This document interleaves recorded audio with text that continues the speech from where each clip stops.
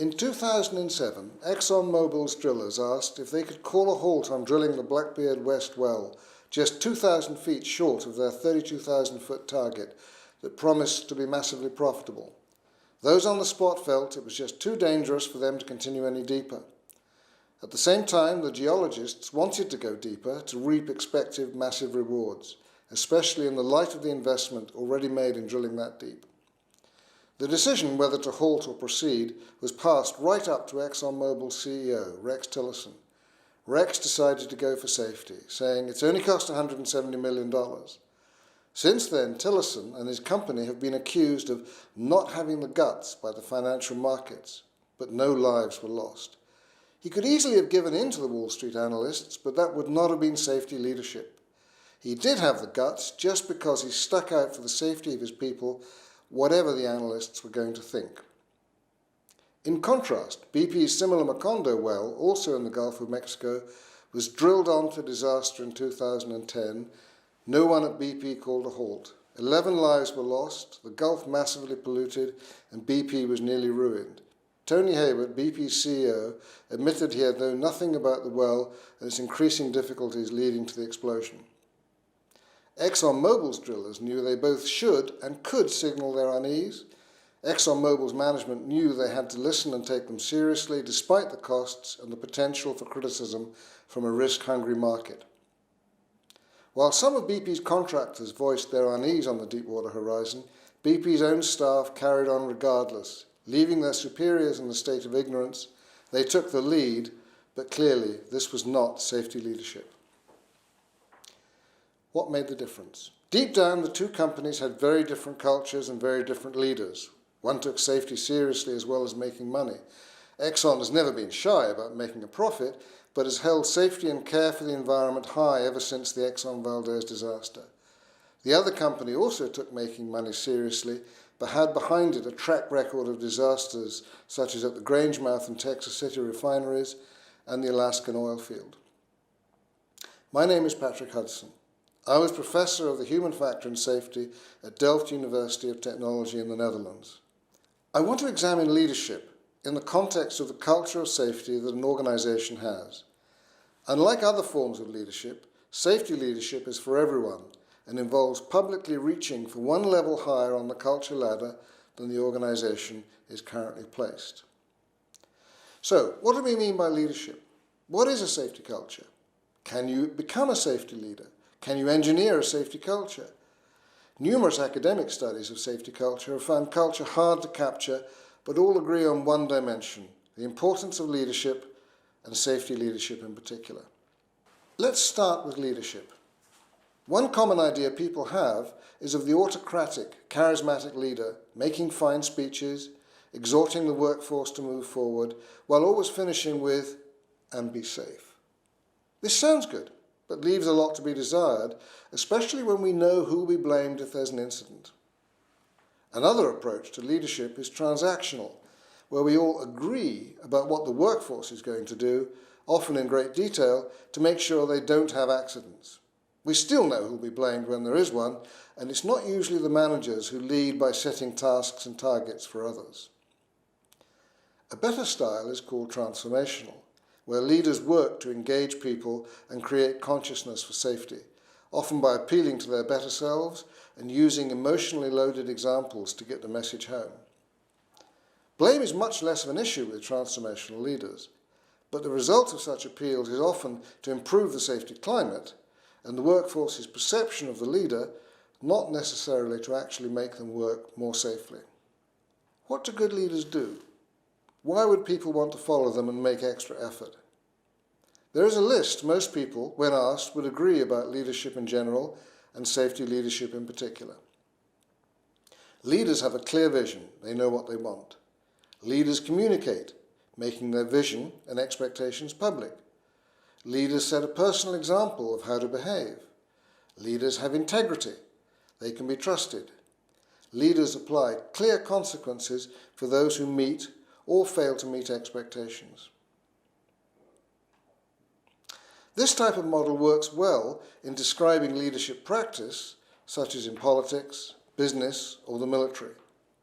Usually we add some leadership styles. The influential study in the 30s by an American scientist called Kurt Lewin distinguished three styles. The first was autocratic, do what I say. The second was democratic, let's decide together what to do. And the third was laissez-faire, do what you like.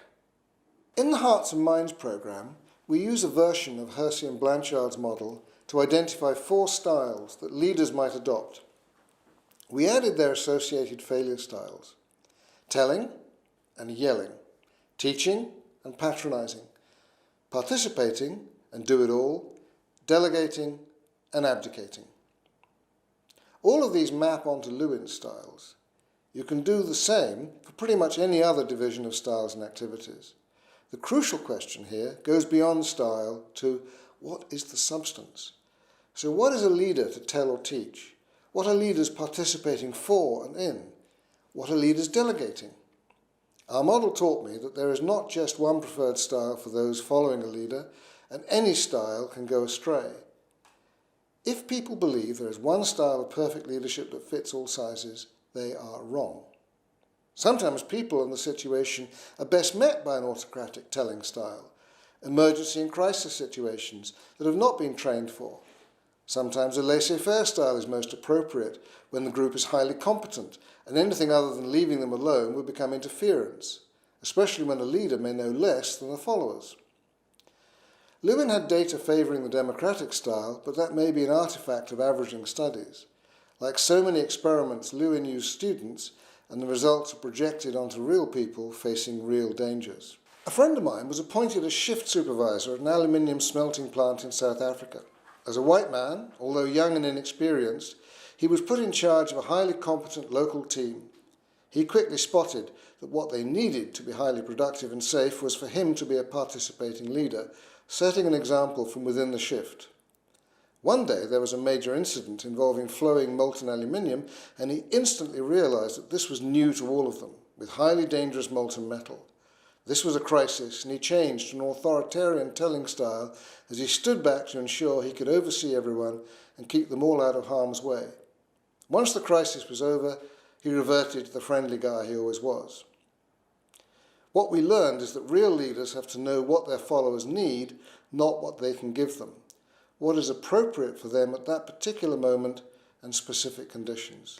But there is a big difference between the standard notion of leadership outside of the safety arena and what we can call safety leadership. Whereas we can usually recognise leaders and followers, bosses lead, workers follow, in safety everyone can have a clear idea of what it means to be safe and act upon it in public. So anyone can lead, everyone can follow in safety. Managers lead workers, but workers can also lead their managers and their colleagues by their example as well.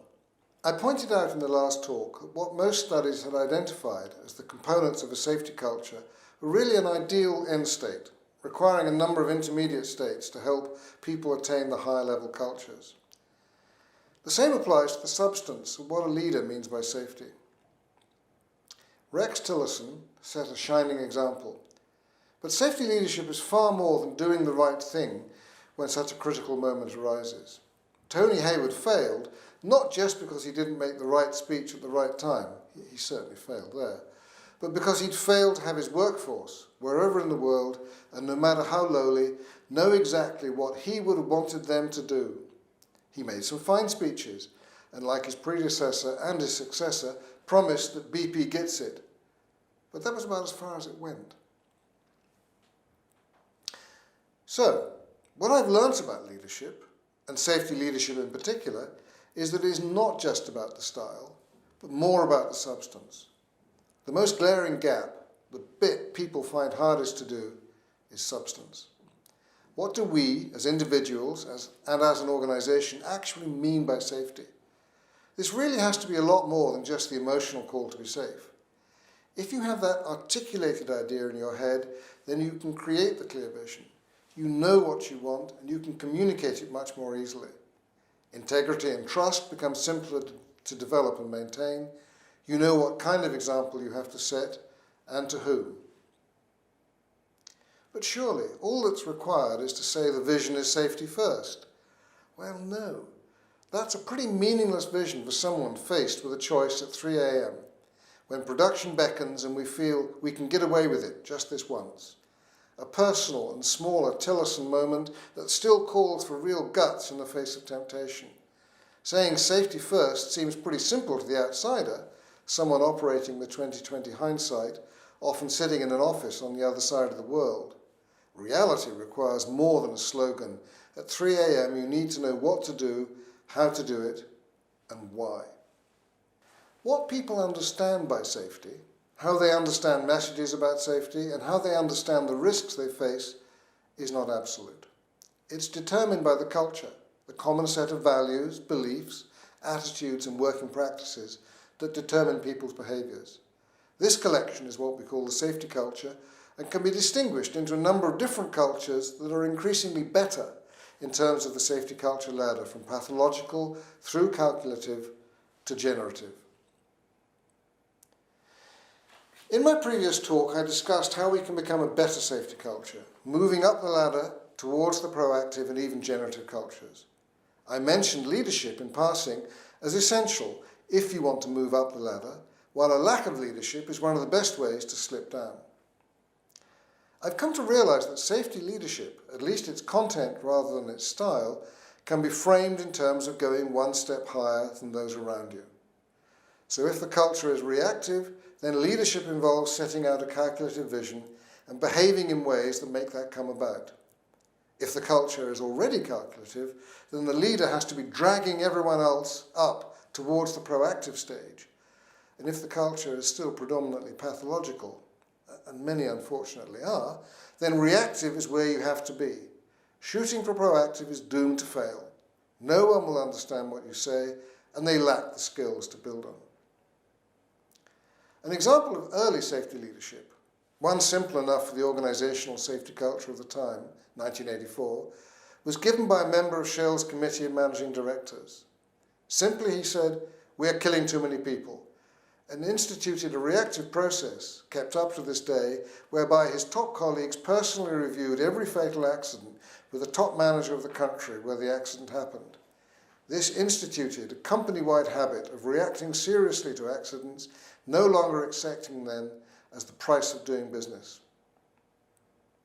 Another example of the same transition, when much of the company, indeed the industry at the time, was pretty pathological or early reactive, was Dick, then production director for a major oil and gas company for the whole North Sea.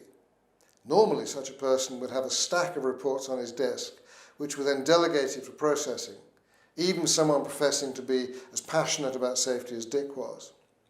Not him. He had the cleanest desk you ever saw.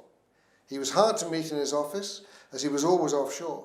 People knew he was coming and lined up to tell him about problems and issues that he did his best to have fixed before he flew back on the last flight, when I could meet him in his office. He showed that problems were worth identifying and would get fixed. By responding directly to workforce concerns, Dick moved safety reporting way up the agenda, creating trust by actually taking reports seriously. Nowadays, these examples might not be regarded as particularly unusual, but at the time they formed powerful messages appropriate for what people could understand given their culture at the time. Articulating a more advanced vision would frankly have gone over people's heads and been a waste of time, making for fine speeches but little if any impact. Safety leadership is also not just repeating the message of the day, knowing what the script is, because that will never be enough to shift people, the culture, towards a better place. Two people I've both known well, again in the same oil company, I'll call them Coase and Richard, who showed safety leadership by first devising and then implementing safety management systems. Coase, although an engineer, felt that the next step in safety management had to take account of the people, and hired a group of us, including myself and Jim Reason, even before the Piper Alpha disaster. This led to Swiss cheese as well as SMS that was still in the same department. Coase was, and still is, unremittingly focused on HSE and made sure that his top management knew what was going on. He left them with a clear understanding that this was where the company was going and they had to be part of it. They, in turn, supported him and left him as group head of upstream HSE to get the job done.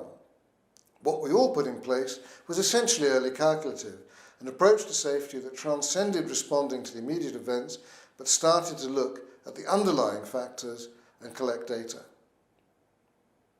Richard was his successor, and he took up the next task, getting the system into operation worldwide, whether required by regulators or not. This involved managing the transition from in place to in operation. Many of the problems arose from locations where they frankly didn't wish to change their ways, but again, with the support of even more senior managers, he got it done. Moving from design to operation is not always straightforward, and when our clever ideas on safety management didn't work as expected, he yet again showed leadership by giving us the possibility to go over and get things right.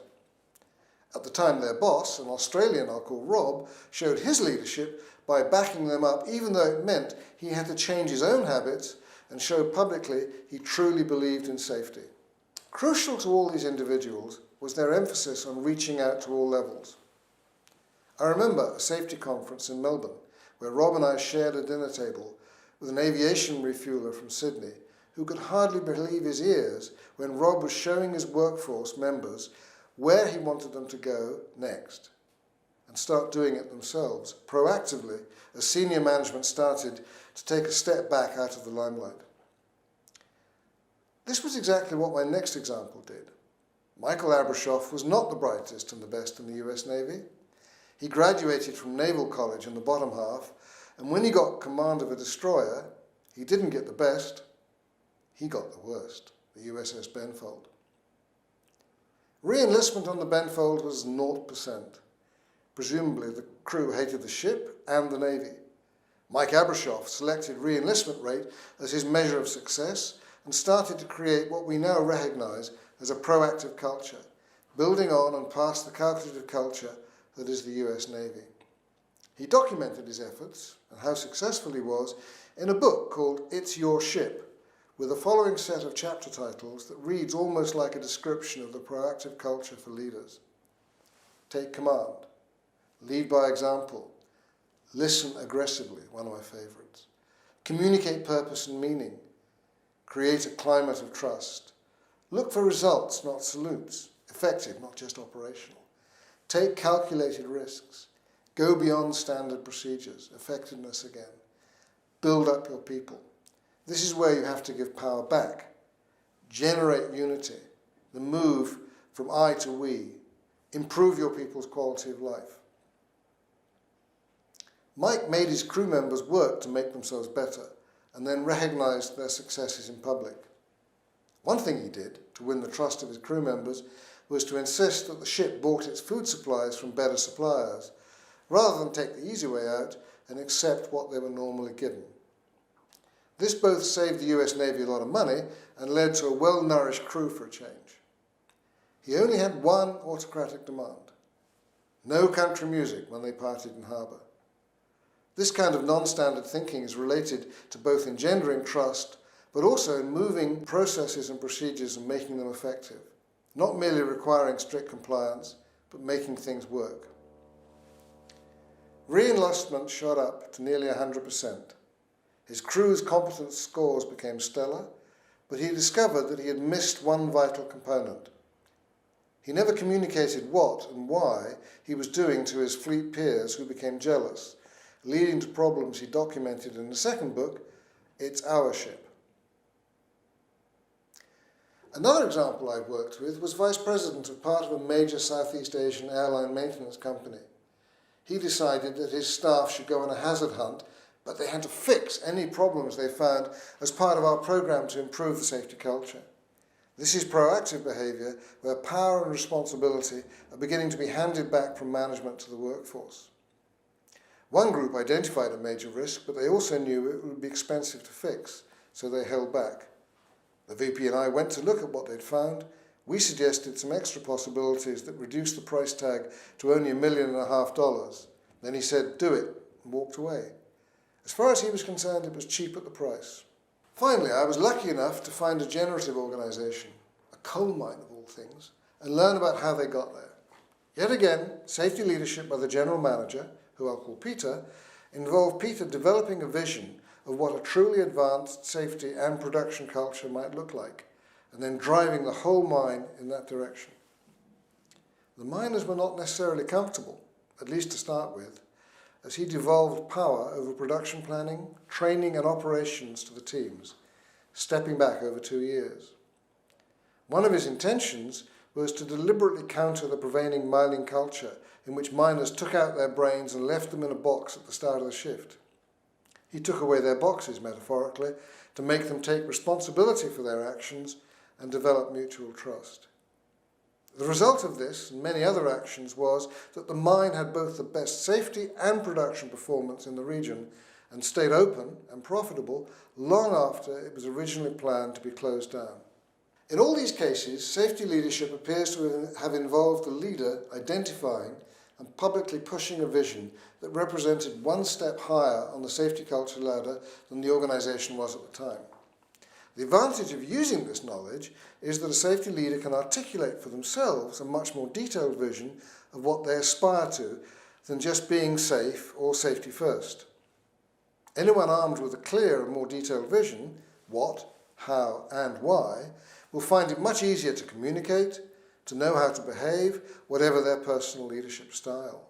These three, what we do, how we do it and why, differ at the different levels of the safety ladder, changing as we learn to get better and progress. Learning a style without this kind of substance doesn't really get you very far. In fact, if the vision being developed is of a really advanced generative culture, then this will only work for a culture that is already proactive, because only then will what someone does and says make sense. I've said that everyone can be a safety leader because anyone can show their colleagues where to go next. Nevertheless, there is still a special role laid out for those higher up in the organisation, especially those right at the top, those like Rex Tillerson and unlike Tony Hayward.